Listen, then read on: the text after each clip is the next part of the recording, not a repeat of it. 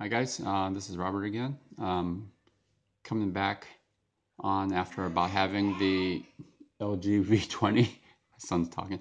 After having this LG V20 for about 2 weeks, been it's daytime now, so I'm recording a little bit louder. Baby is up, and I'm gonna try to be clear. So if you guys have any questions, let me know. A few points over again that maybe somebody couldn't hear me in my last video, which I apologize for volume. Was the T-Mobile logo. This is the T-Mobile version of the LG V20, and someone had asked, does it have logos with T-Mobile? And the answer is no. There aren't any logos anywhere. It looks like a plain Jane um, LG V20.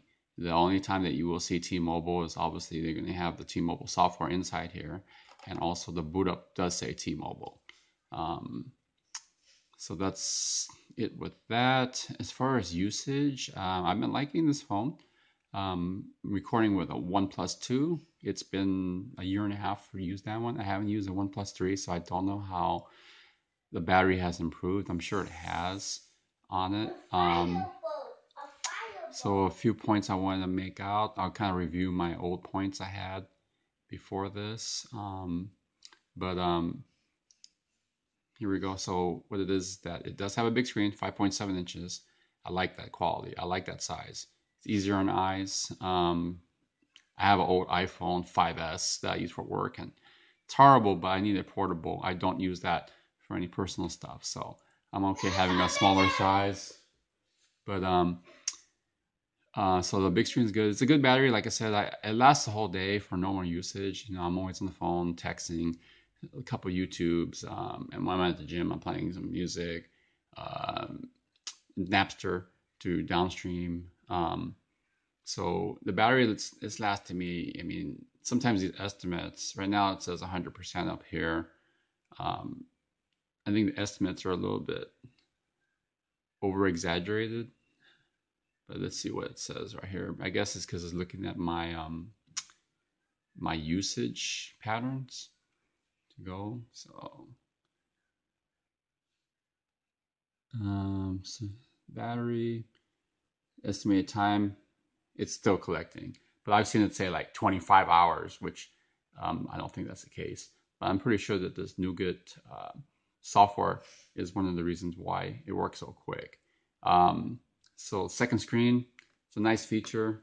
When it's locked, you can see these apps or Wi-Fi, speak, vibration mode, silent mode, watch mode, Bluetooth. You can kind of put those on, which is kind of cool. Um, so that's one of the cool things I like. What else? I'm trying to go faster. Apologize for the delay. Second screen, so it has really good sound pickup. So this thing's got 3 microphones. So anytime when I'm doing some video recording, it picks it up really good, and it actually has in manual mode, you can tell where you want the sound coming, or the sounds originating from the front or the back. So if you're holding a camera, is it my voice from the back that I want more emphasis, or maybe the person I'm recording in front of me? That's what's good. Fingerprint unlock, it's really quick. But one of the things I notice is that sometimes it gets buggy. I get a crash, and I'm not sure it's because one of the apps I'm installing, but when it crashes, I can't unlock it that quick. So it's back here. It's really responsive as an example. And you can see every time I lock it, I push it, it kicks on. So, but when it crashes, it tells me I have to put in the password manually, and then I have to reboot it, and it seems the reboot works. Dual screen Nougat. That's one of the cool things I like about this. So if I'm watching YouTube or I'm reading these notes, I can multi-window my blog on the top or YouTube on the bottom, or vice versa. It also works side to side. So what's cool about that is that I've noticed, like playing YouTube, I can't usually watch YouTube and do something, because if this is a single window, YouTube can't play while I'm doing something else, or it can't play in the background. But what's cool with this one is I can run my YouTube on the smaller side or one side and then access it. And this could be swapped too. So I really like that feature. So that's one of the cool things with that. Um, Going back to Evernote.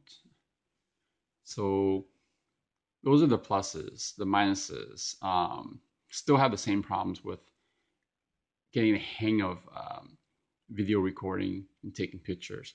So I noticed, like I said, in 4K, there isn't a camera mode in 4K. So if I'm running 4K video here as an example, there isn't a camera click button. But if I'm going to be running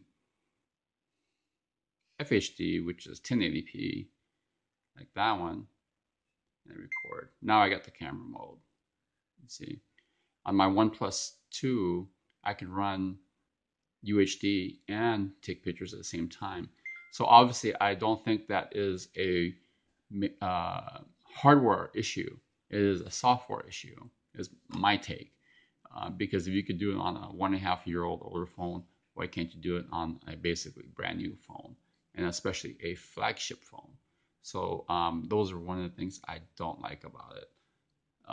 That annoys me. No stabilization in 4K UHD. So this thing does have steady shot, but I've noticed when I'm doing my videos, I think it's called steady shot. Anyways, when I'm doing my videos, it still seems shaky if I'm just holding it like this. When I'm panning, it's going to record a lot smoother. You're going to see a lot of the smoothness come out, the optical stabilization, I believe it is.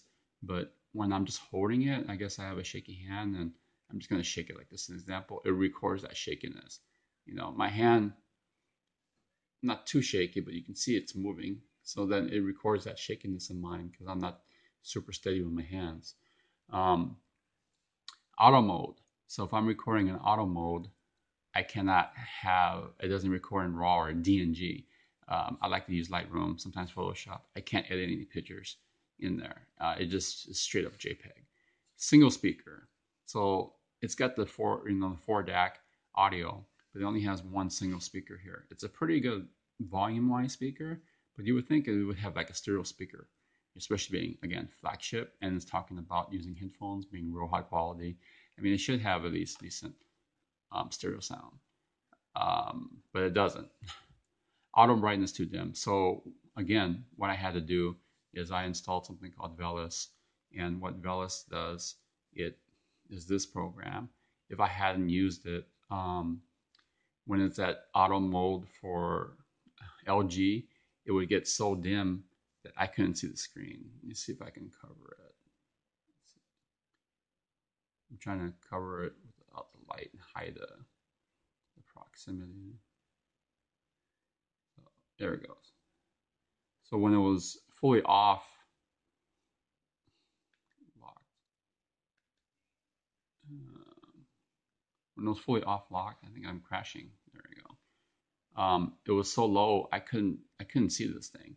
So I had installed Velis, which helps control the brightness here, so I could control it on the fly. So that's the reason why I picked that. See, I can just pick it on the fly. With the automatic LG one, it's either auto or manual, and there's no like micro adjustments to make it a little bit brighter or not. See, with Velis, I can go and say, hey, I can make it a little brighter and make it not so bright.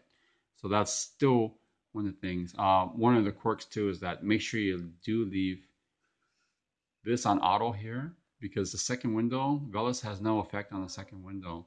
So by doing this on auto, this will still adjust. I had this on not on auto, and this was way too dim at night, and I couldn't see any of the second window. So you do keep that on auto for that if you decide to do an aftermarket lighting adjustment.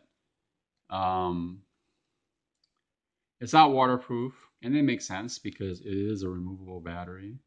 You know, they haven't made a seal so far that can handle, you know, having a removable battery or removable cover and having a seal. I mean, I'm sure they can probably develop something eventually, but at this moment it's not. And so those are one of the things you get. At least you can get another battery if the battery goes low. Like I said, there's a few crashes with the new Nougat, and hopefully the bug will come out and do that. The last quirk is no indicator lights, as I said before. and I like indicator lights. I like something that flashes or tells me it's charging.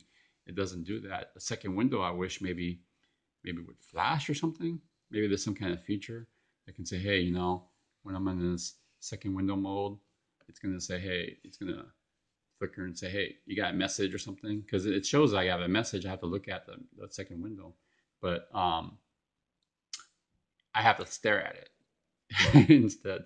So that's another thing. One of the things I also forgot to add is some of the software applications I just don't like to use, because the built-in messenger for the LG, I installed the Google version from the Play Store, because with the Google version from the Play Store, I can add more attachment. I can send 2, 3, 4, 5 pictures. I noticed with the standard LG one, I could send 2.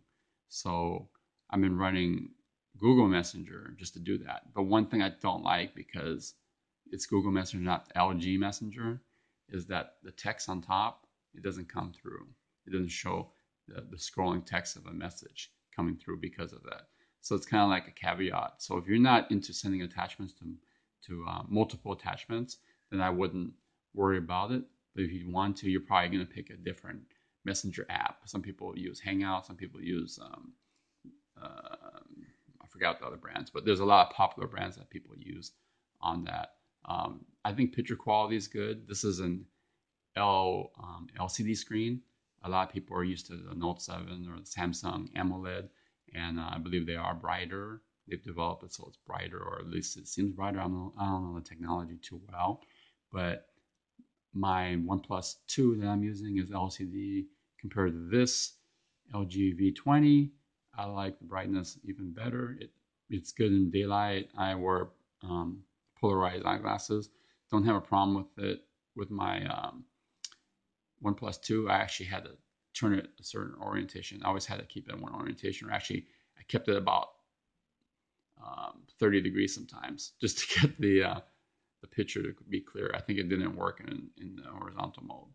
So if I remember right, with my polarized glasses. So that's all I have to say about this so far. I think it's a good phone overall. It does have quirks that I mentioned on my first video, and I just kind of reviewed on my second video, adding a few things. Picture quality, totally forgot about that. Picture quality is good, but I noticed in auto mode, the focusing is not so great. So I think if you are just a straight up shooter, you might not like the pictures that it comes out with. But if you like a manual shooter, you're like a DSLR guy that likes to mess with pictures, with focal points and everything, this one might be it. I mean, I just reviewed this real quick, or kind of showed some things. So in auto mode, like I said, it shoots pretty decent. Let's see if it goes there. Yeah, it shoots pretty decent. But if you, but the great thing about this is that it's the manual mode. So you can obviously point focus, but manual focus. I gotta put this on regular, not wide angle. I know it's on wide angle you can't manual focus, by the way, or autofocus. So, but with this autofocus, there's this peak, what is it called? Peak focusing right here. It's pretty cool. So you can move your slider. You can see the green. If you look right there, you can see the green. That's where it's focusing on. So it'll tell you, hey, I'm focused on that, and then you could do it. But obviously, if you're going to do a manual shooting, you're probably going to do an object, not or an adult. If you're going to do kids, you're just probably going to have this auto mode. But you can see, but when I move it, it changes the focal points, and you can see the green. Pretty cool feature, I think. So, like I said, if you're looking for an automatic camera, I think some people are saying this is the best camera out there. I don't know. I think manual mode's gonna be the better thing if that's your thing. Auto mode, like I said, I've seen them get out of blur, and unless I have a slightly bad camera or something, or bad software or phone, I know this is, like I said, it's autofocus. But anyways, maybe try this out at the store, see how you like the camera, and kind of go from there. Again, thanks for watching.